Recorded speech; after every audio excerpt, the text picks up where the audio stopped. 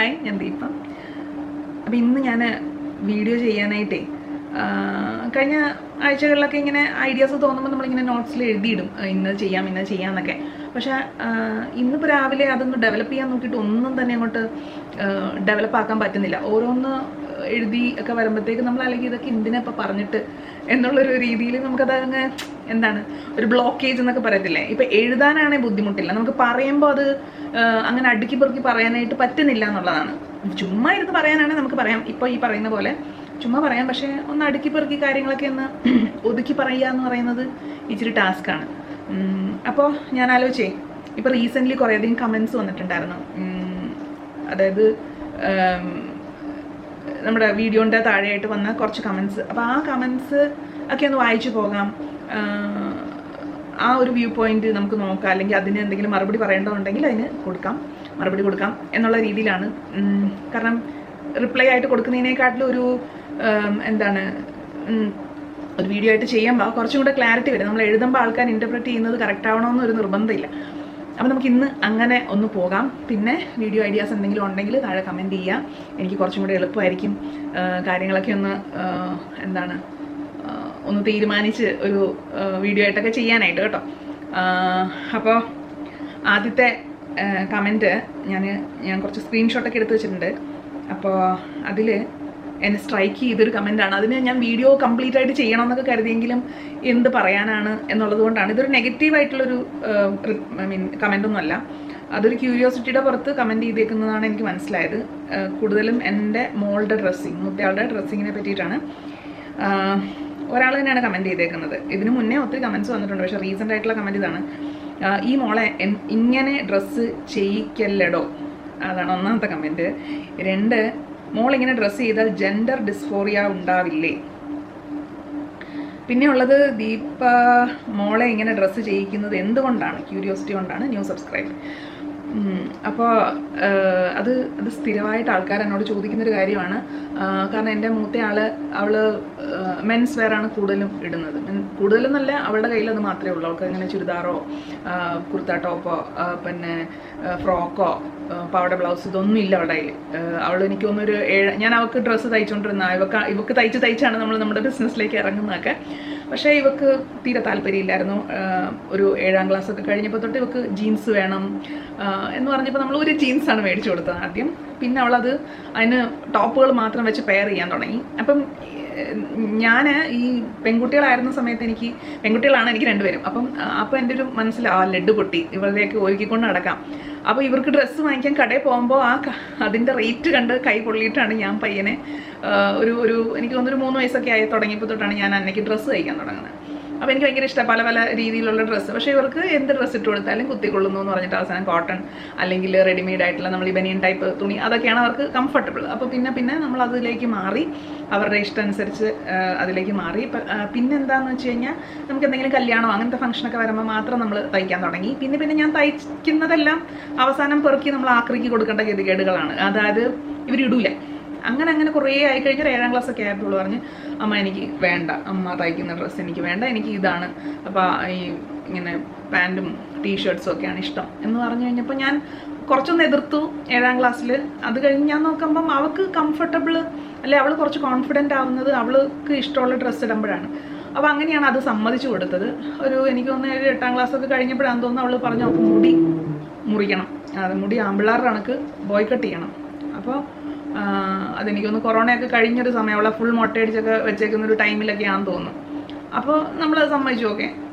പക്ഷെ അത് കുറേ കഴിഞ്ഞപ്പോൾ അവളത് ഇങ്ങനെ മുടി ഇങ്ങനെ മൊത്തം മുറിച്ചിട്ട് ഫ്രണ്ടിലോട്ട് ഇട്ടിട്ട് ഇവിടെ ഇങ്ങനെ, അതായത് നമ്മൾ ബാക്കിലോട്ട് ചെയ്യുന്നതിന് പകരം ഇത് ഇവള് ഫ്രണ്ടിലോട്ട് ഇങ്ങനെ ചെയ്യും, ഇങ്ങനെ സെറ്റൊക്കെ ആക്കി വെച്ച് അവസാനം എനിക്കത് ഭയങ്കര ഇഷ്ടപ്പെട്ടു. അപ്പം അവളിപ്പം എങ്ങനെ ഓരോ പ്രാവശ്യം വുൾഫ് കട്ട്, അത് കട്ട്, ഈ കട്ടെന്നൊക്കെ പറഞ്ഞുകൊണ്ട് ഓരോ പ്രാവശ്യം പോയിട്ട് സലൂണിൽ പോയി ഓരോരോ പുതിയ രീതിയൊക്കെ ട്രൈ ചെയ്തിട്ടൊക്കെ വരും കേട്ടോ. അപ്പോൾ അത് നമ്മൾക്കിപ്പോൾ അത് ഒരു നോർമൽ ഇതാണ്. അതിൻ്റെ അർത്ഥം അവളെ നമ്മൾ ഇതിനകത്ത് പറഞ്ഞ കണക്ക് ഈ ജെൻഡർ ഡിസ്ഫോറിയ എന്ന് പറയുന്ന ഒരു സംഭവം ഒന്നുമല്ല. അവൾക്ക് കംഫർട്ടബിൾ ആയിട്ടിരിക്കുന്ന ഒരു വേഷം ഇടാനായിട്ട് സമ്മതിക്കുന്നു എന്നുള്ളതേ ഉള്ളൂ. പിന്നെ ഒരു സൊസൈറ്റിയുടെ സൈഡിൽ നിന്ന് നോക്കുമ്പോൾ പെൺകുട്ടികളായാൽ ഇന്ന ഡ്രസ്സ് ഇടണം എന്നുള്ളൊരു ചട്ടക്കൂടുണ്ടല്ലോ. ആ ഒരു ചട്ടക്കൂട് ഉള്ളിൽ നിർത്തി അവളെ വളർത്താൻ താല്പര്യമില്ല. അങ്ങനെ പെൺകുട്ടികൾ ഇങ്ങനെ ആവണം അങ്ങനെ ഒരു നിർബന്ധം വേണ്ട എന്ന് വെച്ചിട്ട് തന്നെയാണ് അവളുടെ ഇഷ്ടത്തിന് അവൾക്ക് എങ്ങനെ നടക്കണോ അങ്ങനെ നടക്കാം. സ്റ്റിൽ അവൾ അതിന് ഒത്തിരി അവൾ കാര്യങ്ങൾ ഫേസ് ചെയ്യുന്നുണ്ട്. ആൾക്കാരുടെ കമൻസ് ഉണ്ട്, ഞങ്ങളുടെ തന്നെ ബന്ധുക്കൾ പലരും ചോദിക്കാറുണ്ട്. പിന്നെ ഞങ്ങൾ പരിചയക്കാരൊക്കെ ആണെങ്കിലും ഇവളുമായിട്ടുള്ള ഫോട്ടോസ് കാണുമ്പോൾ ഒരു മോനും ഒരു മോളും അല്ലേ എന്നാണ് ചോദിക്കുന്നത്. അതിലൊന്നും ഒരു പ്രശ്നമായിട്ട് തോന്നില്ല. അവൾ കംഫർട്ടബിൾ ആയിട്ടിരിക്കണം, അവൾ സന്തോഷമായിട്ടിരിക്കണം. കാരണം ഞാൻ ആലോചിക്കുമ്പോൾ നമ്മൾ കുഞ്ഞിലെ നമുക്ക് പല രീതിയിൽ നടക്കാനായിട്ട് ആഗ്രഹങ്ങളുണ്ടായിരുന്നു. അതിൽ വളരെ സിമ്പിളായിട്ടുള്ളൊരു കാര്യം എന്ന് വെച്ചാൽ ആഗ്രഹങ്ങൾ നടന്നില്ല എന്നല്ല പറയുന്നത്, അതൊക്കെ ചെറിയ ചെറിയ കാര്യങ്ങളാണ്. നമ്മൾ കുഞ്ഞിലെ എനിക്ക് ഈ മുടി, അമ്മ നല്ല കട്ടിയുള്ള മുടിയായിരുന്നു. അപ്പോൾ അമ്മ എപ്പോഴും ഇങ്ങനെ മുടി പിന്നി എണ്ണ തേച്ച് മുടി പിന്നി കെട്ടി വെച്ചിട്ടാണ് എന്നെ എവിടെയും വിടുന്നത്. സെയിം എനിക്ക് ജോലി കിട്ടിയിട്ട് പോലും അമ്മ എൻ്റെ മുടി പിന്നി കെട്ടാതെ എന്നെ വീട്ടിൽ നിന്ന് പുറത്തിറക്കില്ല. അതായത് മുടി അഴിച്ചിട്ട് പോകണ്ട, അത് മുടി എന്താണ് ഇങ്ങനെ ചീത്തയാവാതിരിക്കാനും അല്ലെങ്കിൽ മുടിയുടെ ഉള്ളു കുറയാതിരിക്കാനൊക്കെ ഉള്ളൊരു പ്രിക്കോഷൻ ആയിരുന്നിരിക്കാം. പക്ഷേ നമുക്ക് ഈ മുടി ഉണ്ടായിട്ട് യാതൊരു കാര്യമില്ല. മറ്റേ ഇങ്ങനെ മൊട്ടപ്പത്തിരി കണക്ക് ഇങ്ങനെ ചേർത്ത് വെച്ചിട്ടാണ് നമ്മൾ പോയിക്കൊണ്ടിരിക്കുന്നത്. കല്യാണമൊക്കെ കഴിഞ്ഞതിന് ശേഷമാണ് പയ്യെ മുടി ഒന്ന് അഴിച്ചിട്ട് എങ്കിലും പുറത്തോട്ടിറങ്ങാനൊക്കെ ആയിട്ട് നമുക്ക് സാധിച്ചതെന്നുള്ളതാണ്. കാരണം അമ്മയുടെ റെസ്ട്രിക്ഷൻ ഉണ്ട്, മുടി ഇങ്ങനെ പിന്നെ കെട്ടിയിട്ട് പോയാൽ മതി, എത്ര മുടി ഉണ്ടെങ്കിൽ അത് നമുക്കൊന്ന് ഷോ ഓഫ് ചെയ്യാനായിട്ട് പറ്റത്തില്ലായിരുന്നു എന്നുള്ളതാണ്. ഷോ ഓഫ് ചെയ്തു, മുടി പോവുകയും ചെയ്തു. അതുപോലെ തന്നെ ഇപ്പോൾ ഈ റീസെൻ്റ്ലി ആയപ്പോഴത്തേക്കും മുടിയൊക്കെ ഇങ്ങനെ ഒത്തിരി പോകാൻ തുടങ്ങി കഴിഞ്ഞപ്പോഴത്തേക്കും നമ്മൾ പയ്യെ മുടി ഷോൾഡർ വെച്ച് മുറിച്ചു. അപ്പോൾ എനിക്ക് കുഞ്ഞിലെ അങ്ങനെ മുറിക്കണം, വളർത്തണം, പല ലെയർ വെട്ടിയിടണം അങ്ങനെയൊക്കെ ആഗ്രഹങ്ങളുണ്ടായിട്ടും എനിക്കത് സാധിച്ചിട്ടില്ല. കാരണം നമ്മളത് പറഞ്ഞിട്ടില്ല, ഒന്നാമത്തെ കാര്യം. പിന്നെ നമ്മൾ തന്നെ കുറേ പരീക്ഷണങ്ങളൊക്കെ നടത്തി എന്നുള്ളതല്ലാതെ. അപ്പോൾ നമുക്ക് കുറേ ആഗ്രഹങ്ങൾ അന്നേരം ഉണ്ടായിരുന്നു. അതുപോലെ തന്നെ ഇപ്പോഴാണെങ്കിൽ ഞാൻ ആലോചിക്കുമ്പോൾ എനിക്ക് കുറച്ച് വണ്ണമൊക്കെ ഉള്ള ഒരാളാണ്. അപ്പോൾ ഞാൻ തന്നെയാണ് എൻ്റെ ഡ്രസ്സുകളൊക്കെ തയ്ക്കുന്നത്. അപ്പോൾ ഞാൻ ചില ഡ്രസ്സ് തയ്ച്ച് വന്നു കഴിയുമ്പോൾ ഭയങ്കര ഒരു ടൈറ്റ്നെസ് ഫീൽ ചെയ്യും, അല്ലെങ്കിൽ ഭയങ്കര വണ്ണം ഫീൽ ചെയ്യും. തയ്ച്ച് കഴിയുമ്പോഴാണ് നമ്മൾ ഓർക്കുന്നത്. അപ്പോൾ ഞാനൊരു ദയാദാക്ഷിണ്യം ഇല്ലാതെ ആ ഡ്രസ്സ് ഞാൻ ഉപേക്ഷിക്കും. അതൊന്ന് മാറ്റി എന്തെങ്കിലും ചെയ്യല്ല, അത് എല്ലാവർക്കും ആവശ്യമുണ്ടെങ്കിൽ ഞാനതങ്ങ് കൊടുക്കുക ചെയ്യുന്നത്. അല്ലാതെ എനിക്ക് കോൺഫിഡൻസ് തോന്നാത്തൊരു ഡ്രസ്സ് അതിപ്പോൾ എത്ര വില കൂടിയാണെന്ന് പറഞ്ഞാലും ഞാൻ ഇടത്തില്ല. അതാണ് ഞാൻ.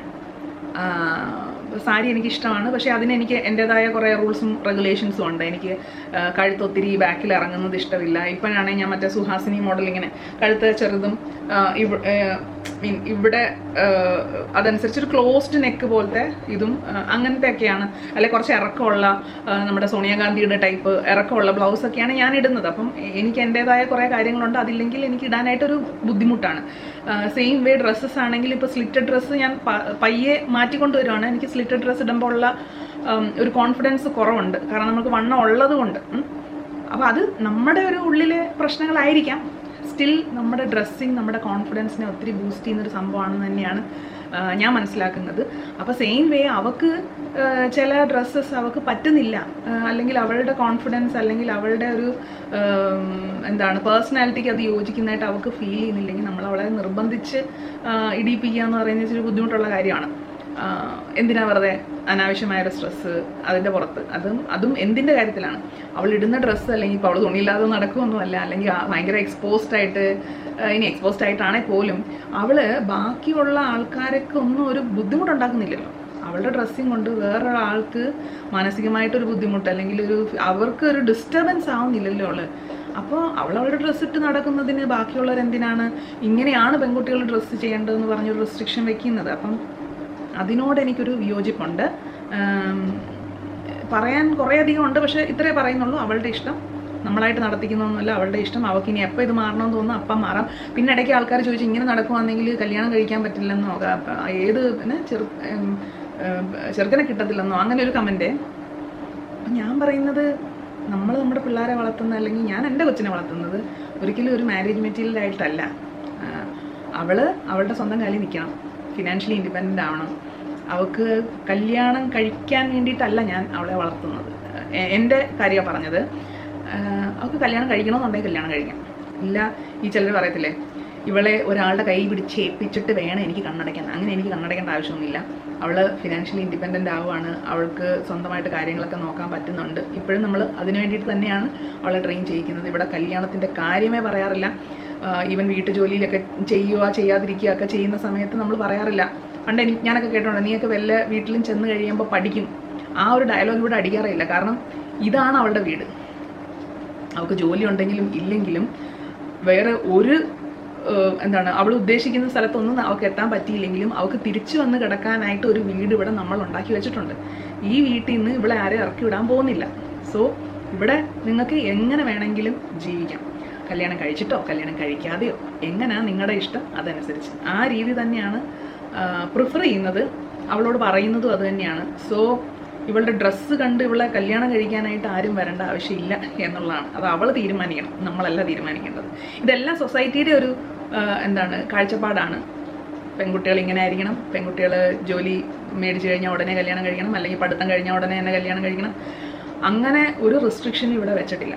അത് അവളോട് ഞാൻ വ്യക്തമായിട്ട് പറഞ്ഞിട്ടുള്ള കാര്യമാണ്. അവൾക്ക് എന്താണ് ശരിയെന്ന് തോന്നുന്നത് അത് ചെയ്താൽ മതി.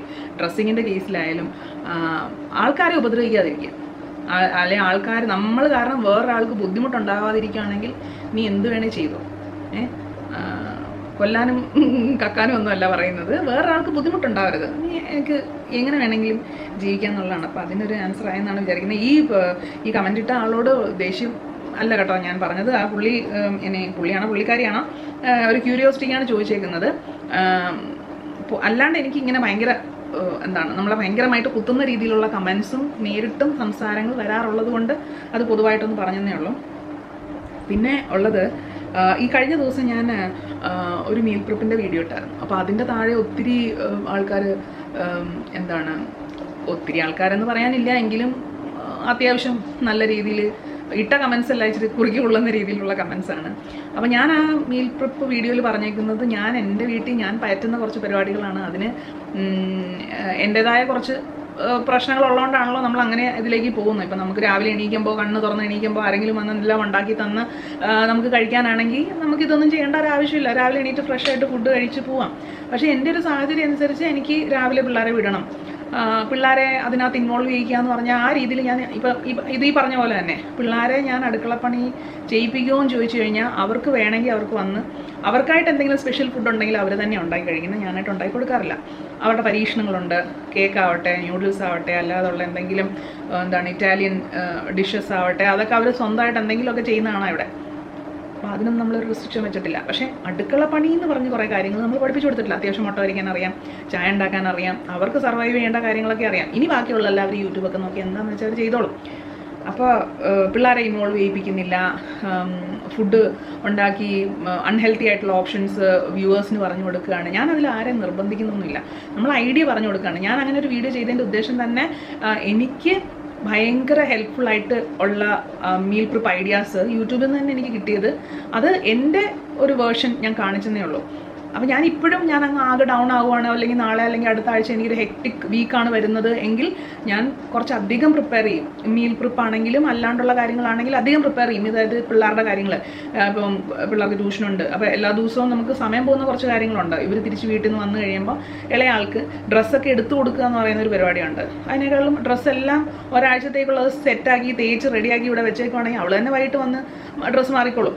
അതിന് പകരം അതിൻ്റെ തല വാല് ഒന്നും ഇല്ലാത്ത ഡ്രസ്സുകൾ അവിടെ ഇവിടെ ആയിട്ട് കഴുകിയിട്ട് കഴിഞ്ഞാൽ, അപ്പോൾ അങ്ങനത്തെ കുറേ പ്ലാനിങ് ഉണ്ടല്ലോ, അതുപോലെ ഒരു പ്ലാനിങ് തന്നെയാണ് മീൽ പ്രിപ്പിൽ ഞാൻ ഫോളോ ചെയ്യുന്നത്. അപ്പം നമ്മൾ നോർമൽ മലയാളം മീൽ പ്രിപ്പ് വീഡിയോസിൽ കാണാത്ത കുറച്ച് കാര്യങ്ങൾ ഞാൻ ട്രൈ ചെയ്തത്, എനിക്ക് സക്സസ്ഫുൾ ആണെന്ന് തോന്നിയ കാര്യങ്ങൾ ഞാനൊന്ന് ഷെയർ ചെയ്തതാണ്. അപ്പം ഇങ്ങനെയാണോ അമ്മമാർ, ഇപ്പോഴത്തെ അമ്മമാർക്ക് ഇതുപോലെ ചെയ്യാൻ അറിയത്തില്ല എന്നൊക്കെയുള്ള കമൻസ് വന്നു. അപ്പം അതിനൊരു മറുപടി ഇട്ട് കഴിഞ്ഞപ്പോൾ അതിനും വേറൊരു കമൻറ്റ് വന്നു, അതൊന്ന് വായിക്കാട്ടോ. Deepa, this is so cheap. What is this people may comment? I read it. It is not a negative news and it's their perspective. Respect that too. Some of what they said can be implemented too. It's all up to you. Such a long message for all these. Didn't expect you from. എൻ്റെ അടുത്തുനിന്ന് ഇത് ഇങ്ങനൊരു മറുപടി expect ചെയ്തില്ല എന്നുള്ളതാണ്. ഞാൻ പൊതുവേ ഇതുപോലുള്ള കാര്യങ്ങൾക്ക് കമൻറ്റ് ചെയ്യാതിരിക്കുകയോ അല്ലെങ്കിൽ ജസ്റ്റ് ഹാർട്ടിട്ട് പോവുകയോ ചെയ്യാറുള്ളൂ.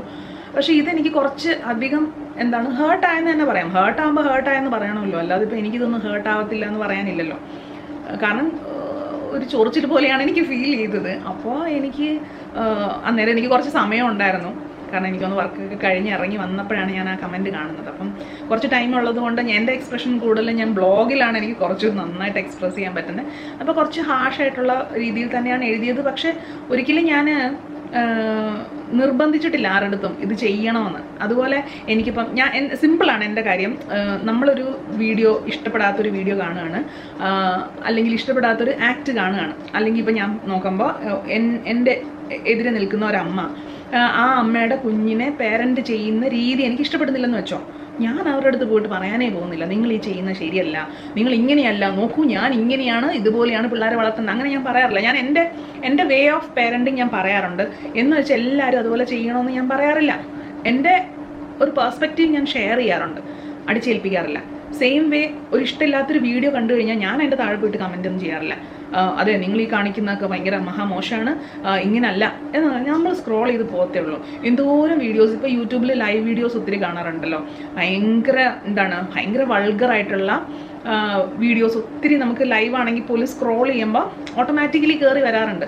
അപ്പോൾ ഇതിനൊക്കെ നമ്മൾ എന്താ പറയേണ്ടത്? നമ്മൾ ഇവരെയൊക്കെ പോയി കമൻ്റ് ഇട്ട് നന്നാക്കേണ്ട ആവശ്യമുണ്ടോ? അവരവരുടെ ജോലി ചെയ്യുന്നു, നമ്മൾ നമ്മുടെ പണി ചെയ്യുന്നു. നമ്മളിതിലൊന്നും പെടാതെ നമുക്ക് ആവശ്യം എന്തിനാണ് നമ്മൾ യൂട്യൂബിൽ വന്നത്?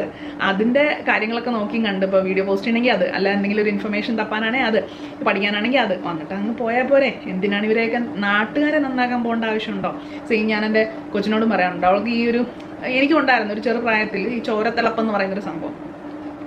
ഒരു 25 വയസ്സിലൊക്കെ എന്തെങ്കിലുമൊക്കെ മോശമായിട്ട് കണ്ടു കഴിഞ്ഞാൽ അപ്പം ചോര തിളയ്ക്കും, സംസാരിക്കും. പക്ഷേ അതിൻ്റെ ഒരു ആവശ്യമില്ലെന്നുള്ളതാണ്. കാരണം ഒരാൾ നന്നാവണമെങ്കിൽ അയാൾ സ്വന്തമായിട്ട് വിചാരിക്കണം. വേറൊരാൾ അയാളെ ഉപദേശിക്കാൻ ചെന്നാലോ, ഇപ്പം എന്നെ ആരെങ്കിലും ഒന്ന് ഉപദേശിക്കാൻ വന്നാലൊന്നും എനിക്ക് ഇഷ്ടപ്പെടത്തൊന്നുമില്ല. അത് എനിക്ക് തന്നെ ഒരു അടി കിട്ടണം, പഠിക്കണം, എന്നാൽ മാത്രമേ ഞാൻ പഠിക്കത്തുള്ളൂ. അപ്പോൾ സെയിം വേ ഇവരെ ഒന്നും ഉപദേശിച്ച് നന്നാക്കാൻ പറ്റുമെന്ന് എനിക്ക് പ്രതീക്ഷയൊന്നുമില്ല. പിന്നെ അങ്ങനെ ടൈം കളയേണ്ട ആവശ്യമില്ല. സോ നമ്മളതങ്ങ് വിട്ട് കളയുക എന്നുള്ളതാണ്. അപ്പം ഈ മീൽ പ്രിപ്പിൻ്റെ താഴെ വന്ന കമൻറ്റ് ഇങ്ങനെയാണേ: കഷ്ടം, today's mom can't even fresh food for family. Grammar mistake കാണും കേട്ടോ. We work for food and you are giving stale food. Your daughter carries breakfast for lunch. Cook her some simple fried rice, tomato rice, cube biryani, etc. for lunch. To save time, purchase equipments that can chop, grind, peel vegetables, and you are giving wrong advices. അങ്ങനെ കുറേ ഉണ്ട്. അപ്പോൾ ഈ tomato rice, simple fried rice എന്നൊക്കെ പറയുന്നത് എൻ്റെ മോൾക്ക് ഇഷ്ടമില്ല. അപ്പോൾ പിന്നെ ഞാൻ എങ്ങനെയാണ് ഇത് കുക്ക് ചെയ്ത് കൊടുക്കുന്നത്? നമുക്ക് അതിനൊന്നും ഇഷ്ടമില്ല എന്ന് പറഞ്ഞിട്ട് നമ്മൾ നോക്കുമ്പോൾ നമ്മൾ രാവിലെ ഉണ്ടാക്കി കൊടുക്കുന്ന പിള്ളേർ കഴിക്കണം. അപ്പോൾ കഴിക്കാതെ തിരിച്ചു കൊണ്ടുവരാനും പിന്നെ രാവിലെ എണീറ്റ് ഉണ്ടാക്കേണ്ട ആവശ്യമില്ലല്ലോ. ഞാൻ ഒരു രക്ഷയില്ലെങ്കിൽ ഞാൻ പറയാറുണ്ട്, നീ കടയിൽ പോയി എന്തെങ്കിലും, ക്യാൻറ്റീൻ ഉണ്ടോ അവിടെ, ക്യാൻറ്റീനിൽ പോയി എന്തെങ്കിലും കഴിക്കാൻ പറയും. പിന്നെ എപ്പോഴും നമുക്കത് പോസിബിൾ അല്ലാത്തതുകൊണ്ട് എന്തെങ്കിലുമൊക്കെ സെറ്റ് ചെയ്ത് വെക്കാൻ വേണ്ടിയിട്ടാണ് ഈ മീൽ പ്രിപ്പും കാര്യങ്ങളൊക്കെ ചെയ്യുന്നത്. അത് നമ്മുടെ ഒരു ആവശ്യത്തിന് നമ്മൾ ചെയ്യുന്നു. ആ ഒരു ഐഡിയ കൊള്ളാമെന്ന് തോന്നിയിട്ട് അത് ഷെയർ ചെയ്യുന്നു. അതിൻ്റെ അർത്ഥം എല്ലാവരും വന്ന് മീൽ പ്രിപ്പ് ചെയ്യണമെന്നല്ല. സമയമുള്ളൊരു സമയം പയ്യെ ചെയ്താൽ മതി. എൻ്റെ അമ്മയൊക്കെ ഇപ്പോഴും പയ്യെ രാവിലെ എണീറ്റ് പയ്യെ ആണ് ഓരോ കാര്യങ്ങൾ ചെയ്യുന്നത്. അവരുടെ രീതി അങ്ങനെയാണ്. എൻ്റെ അമ്മയാട്ടെ അമ്മായിമ്മയാട്ടെ എല്ലാവരും അങ്ങനെ തന്നെയാണ് ചെയ്യുന്നത്. രണ്ടുപേരും രണ്ട് രീതിയിലാണ് ചെയ്യുന്നത്. ഒരാൾ അത് രാവിലെ എണീറ്റ് പല കാര്യങ്ങൾ പെട്ടെന്ന് പടപടാ ചെയ്യും, ഒരാൾ വലിയ സ്ലോയിൽ ചെയ്യുന്ന ആൾ.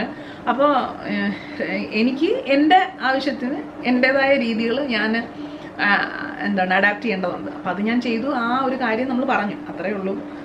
അപ്പം ഈ കമൻ്റ് ഇട്ട ആളുടെ വീട്ടിൽ ഇതൊക്കെ പോസിബിൾ ആയിരിക്കാം, പക്ഷെ എൻ്റെ വീട്ടിൽ ഇത് പോസിബിൾ അല്ല. എൻ്റെ മക്കളുടെ കാര്യം എനിക്ക് അറിയത്തുള്ളൂ. ഇവരെന്ത് കഴിക്കും, എന്ത് കഴിക്കാതിരിക്കും, അല്ലെങ്കിൽ ചില സാധനം ഇവർക്ക് വീട്ടിൽ ഫ്രഷ് ആയിട്ട് കൊടുക്കുന്നത് ഇഷ്ടമാണ്, പക്ഷേ ലഞ്ച് ബോക്സിൽ അവർക്കത് വേണ്ട. അപ്പോൾ അങ്ങനെ റെസ്ട്രിക്ഷനുള്ള പിള്ളേർ കാണത്തില്ലേ? അപ്പം ഇനി എൻ്റെ പിള്ളേരെ ഞാൻ അങ്ങ് വഴിതെറ്റിച്ചു എന്നുള്ളതാണെങ്കിൽ ആയിക്കോട്ടെ. അതിപ്പോൾ നമ്മുടെ വീട്ടിൽ ഈ 4 ചുവരിനകത്ത് അത് നിന്നോളും. ഞാൻ പറഞ്ഞ മീൽ പ്രിപ്പിൻ്റെ വീഡിയോൻ്റെ ഐഡിയ ഇതാണ്. കുറേ ഐഡിയാസ് എനിക്കുണ്ട്, അത് ഞാനൊന്ന് ഷെയർ ചെയ്തു. അതിൻ്റെ അർത്ഥം എൻ്റെ വീട്ടിലെ കാര്യങ്ങളല്ല ഞാൻ പറഞ്ഞത്. ഈ വീട്ടിൽ ഇങ്ങനെയുള്ള സാഹചര്യങ്ങൾ ഉള്ളതുകൊണ്ട് ഞാൻ ഇങ്ങനെയാണ് ചെയ്യുന്നത്, and that may be helpful to you എന്നുള്ള രീതിയിലാണ് പറഞ്ഞത്. ഓക്കെ. പിന്നെ ഉള്ളത്, എനിക്ക് ജോലി കിട്ടി എന്ന് പറഞ്ഞ്, അല്ലെങ്കിൽ ഞാൻ ജോലിക്ക് കയറി എന്ന് പറഞ്ഞ് വീഡിയോ ഇട്ടപ്പോൾ അതിൻ്റെ താഴെ വന്നതാണ്: business is the activity of making profit by legally selling goods and services.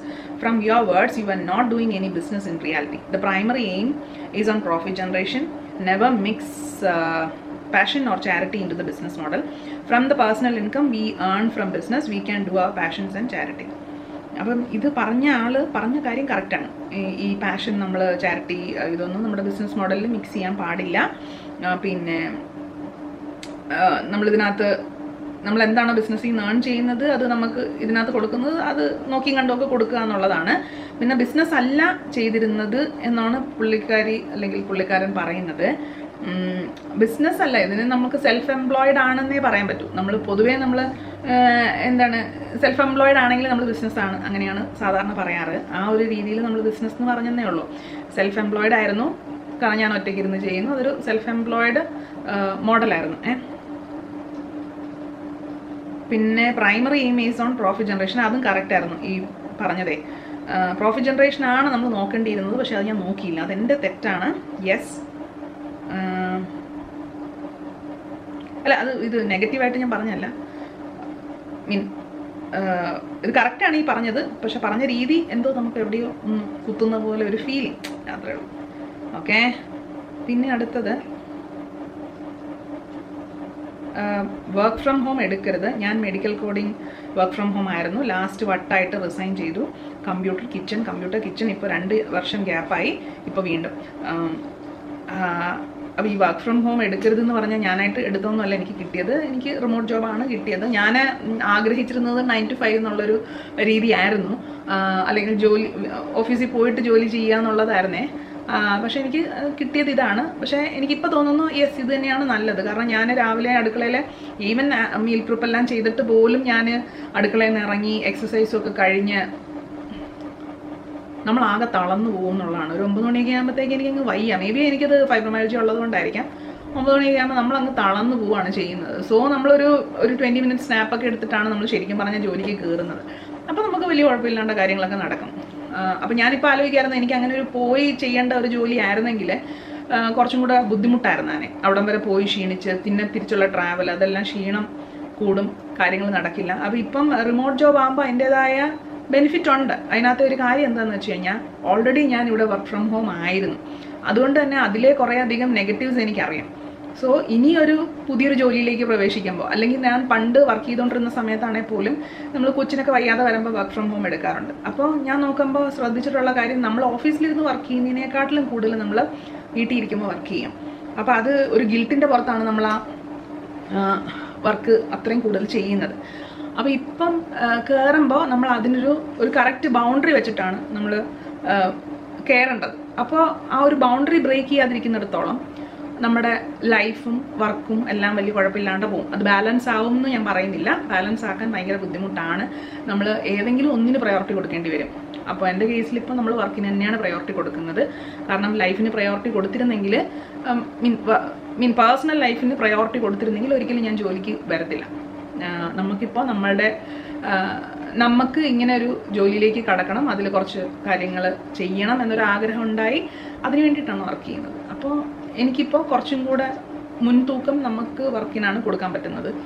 Personal life ഇല്ല എന്നല്ല, പക്ഷേ ബാലൻസ് ചെയ്യാനായിട്ട് ശ്രമിക്കുകയാണ് ചെയ്യുന്നത്. അപ്പോൾ അതിന് വേണ്ടിയിട്ട് കുറേയധികം കാര്യങ്ങൾ ചെയ്യേണ്ടി വരും. അപ്പം ഓരോരുത്തരുടെ സിറ്റുവേഷൻ ഡിഫറെൻ്റ് ആണ്, ഓരോരുത്തർ ഓരോ കാര്യത്തിൽ അപ്രോച്ച് ചെയ്യുന്നത് ഡിഫറെൻ്റ് ആയിട്ടാണ്. ചിലർക്ക് വർക്ക് ഫ്രം ഹോം വർക്കാവും, ചിലർക്കത് പറ്റാറില്ല. ഞാനിപ്പോൾ ഒത്തിരി റീൽസ്, ഇപ്പോൾ നമ്മൾ ഈ നമ്മുടെ എന്താണോ നമ്മൾ സെർച്ച് ചെയ്യുന്നത് അതിനെ ബേസ് ചെയ്തിട്ടാണോ റീൽസ് വരുന്നത്. അപ്പോൾ ഒത്തിരി റീൽസ് വരുമ്പോൾ അതിലെല്ലാം ഞാൻ കാണുന്നത് ഈ ലാപ്ടോപ്പ് എടുത്തുകൊണ്ട് പോയിട്ട് അടുക്കളയിലൊക്കെ നിന്ന് കുക്ക് ചെയ്യുന്നതും, അല്ലെങ്കിൽ ഈ വർക്ക് തന്നെ പകുതിയായിട്ട് ചെയ്യുന്നതാണ് ഞാൻ കണ്ടേക്കുന്നത്. അങ്ങനെ ചെയ്യാൻ പോയാലാണ് പ്രശ്നം വരുന്നത്. ഞാനിവിടെ റിമോട്ട് ജോബ് ആണെങ്കിൽ പോലും ഞാനതൊരു 9 to 5 ജോബ്, 9 to 5 ഒന്നുമല്ല, അതിൽ കൂടുതൽ ഇരിക്കാറുണ്ട്. രാവിലെ ഒരു 10 മണി, ചിലപ്പോൾ ഞാൻ 8:30-ക്ക് കയറും, ചിലപ്പോൾ അതായത് പിള്ളേരെ വിടുന്ന അനുസരിച്ച് 8:30-ക്ക് കയറും, ചിലപ്പോൾ 9 മണിക്ക്, 9:30-ക്ക്, ചിലപ്പോൾ 10:30-ക്ക് കയറും. എന്നിട്ട് അതനുസരിച്ച് എങ്ങനെ വന്നാലും ഞാൻ വർക്ക് എൻഡ് ചെയ്യുന്നത് രാത്രി ഒരു 9 മണി ആ ടൈമിലായിരിക്കും. പക്ഷെ ഇതിനിടയ്ക്ക് ബ്രേക്സ് എടുക്കും. അവർക്കൊരു 8 to 9 hours ഇരിക്കേണ്ടത്. അപ്പോൾ ആ 8 to 9 hours ഫോക്കസ്ഡ് ആയിട്ട് വർക്ക് ചെയ്യുന്ന രീതിയിൽ തന്നെയാണ് നമ്മൾ ഇരിക്കുന്നത്. ഇപ്പം ചിലപ്പോൾ ഇതിനിടയ്ക്ക് നമുക്കൊന്ന് സ്കൂളിൽ ഉണ്ടെങ്കിൽ നമ്മൾ കുറച്ച് നേരത്തെ കയറും, ഒരു 8:30-ക്ക് കയറിയിട്ട് ആ ഒരു 1 മണിക്കൂർ ഗ്യാപ്പായിരിക്കും നമ്മൾ ഇടയ്ക്ക് പോകുന്നത്. അപ്പോൾ അത് വെച്ച് നോക്കുമ്പോൾ എനിക്ക് റിമോട്ട് ജോബ് കുറച്ചും കൂടെ ഫ്ലെക്സിബിൾ ആണ്. പിള്ളേരുടെ കാര്യങ്ങൾ, ഇടയ്ക്ക് കൊച്ചുങ്ങളെ സ്കൂളിൽ നിന്ന് വിളിക്കാൻ പോകുന്നത് ഒക്കെ ഇതിനകത്ത് നടന്നു പോകുന്നുണ്ട്. ആ ഒരു 8 hours കറക്റ്റായി നടക്കുകയും ചെയ്യും. അതേസമയം നമ്മളിപ്പം ഓഫീസ് ജോലിക്ക് പോവുകയാണെങ്കിൽ ശരിക്കും പറഞ്ഞാൽ ഇവിടുന്ന് അവിടം വരെ യാത്ര ചെയ്യുമ്പോൾ തന്നെ കുറേ ടൈം അങ്ങനെ പോകും. പിന്നെ അവിടെയാണെങ്കിലും 9 to മാക്സിമം നമ്മൾ ഇരിക്കാൻ പോകുന്നത് ഒരു 7-8 മണി വരെ ഇരിക്കുകയെന്ന് വെച്ചോ, എങ്കിൽ പോലും നമ്മൾ ആ 8 hours ടൈം കവർ ചെയ്യുന്നൊന്നുമില്ല. ഇതിനിടയ്ക്ക് ഒത്തിരി ബ്രേക്സ് എടുക്കും, സംസാരിക്കും. ഇതിപ്പോൾ അങ്ങനെയൊന്നുമില്ല, നമ്മൾ ഫോക്കസ്ഡ് ആയിട്ട് ഇരിക്കാനാണെങ്കിൽ അങ്ങനെ ഇരിക്കും. പിന്നെ ബാക്കിയുള്ള കാര്യങ്ങൾ നടക്കുകയും ചെയ്യും. അപ്പോൾ അതൊരു നമ്മളിങ്ങനെ ടൈം ബ്ലോക്കിംഗ് വെച്ചിട്ടാണ് ഇവിടെ ജോലി നടക്കുന്നത്. അതുകൊണ്ട് അത് എനിക്ക് ഇപ്പോൾ നിലവിൽ വർക്ക് ചെയ്യുന്നുണ്ട്. ഇനി എങ്ങനെയാണ് മുന്നോട്ടെന്നുള്ളത് അറിയത്തില്ല. പിന്നെ ഒരു കമൻറ്റ് എനിക്ക് വന്നത്, അത് പുള്ളിക്കാരനാണോ പറയുന്നതിൽ കാര്യമുണ്ടെന്നാണ് എനിക്ക് തോന്നുന്നത്. ADHD ഉണ്ടോ എന്ന് നോക്കുന്നത് നല്ലതാവും ചേച്ചി. അതായത് എനിക്ക് ADHD ഉണ്ടോ? ഉറക്കം കുറയാൻ ഒരുപാട് കാരണങ്ങളുണ്ട്. വെർബലി എല്ലാവരും സപ്പോർട്ട് ചെയ്ത് എന്നല്ലാതെ ഫിസിക്കലി സപ്പോർട്ടൊന്നും ആരുടെയും കിട്ടിയതായി തോന്നുന്നില്ല. ശരിയാണ്. പിന്നെ കുഞ്ഞുങ്ങൾ ചെറുതായപ്പോൾ ആരൊക്കെയോ സപ്പോർട്ട് തന്നില്ല, സോ 9 to 5 ജോബ് ഒഴിവാക്കി. അതും ശരിയാണ്. മകൾ 10th എത്തിയപ്പോൾ അതും വേണ്ട എന്ന് വെച്ച് you are never putting yourself first. ഏതാണ്ട് കറക്റ്റാണ്. അപ്പം ആരുടെയെങ്കിലും കുറ്റപ്പെടുത്തലോ മറ്റോ കാരണമാകാം, ഓർ ലൈഫിൽ എപ്പോഴൊക്കെയോ സ്കേപ്പ് ഗോട്ടഡ് ആയിരിക്കാം. ഇതൊക്കെയാണ് എനിക്ക് തോന്നിയത്. ആൻഡ് സംരംഭം ഇപ്പോൾ ഉള്ള ജോബ് പോലെ 9 to 5 ആക്കിയാൽ മതിയായിരുന്നു. പിന്നെ വരവും ചെലവും നോക്കാതെ നിന്നത് വലിയൊരു മിസ്റ്റേക്ക് ആയിപ്പോയി. Anyway wish you all the best.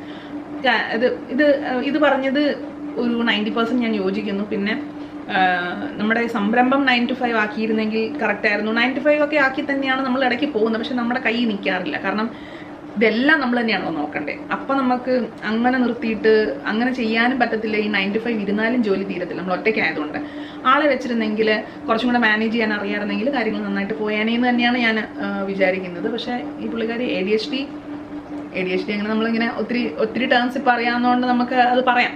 പക്ഷേ അതിലേക്ക് ഞാൻ കിടക്കുന്നില്ലെങ്കിലും ബാക്കി കാര്യങ്ങളൊക്കെ പറഞ്ഞത് കുറേയൊക്കെ ശരിയാണ്. ഒരു സപ്പോർട്ട് ഇല്ലാണ്ട് തന്നെയാണ്.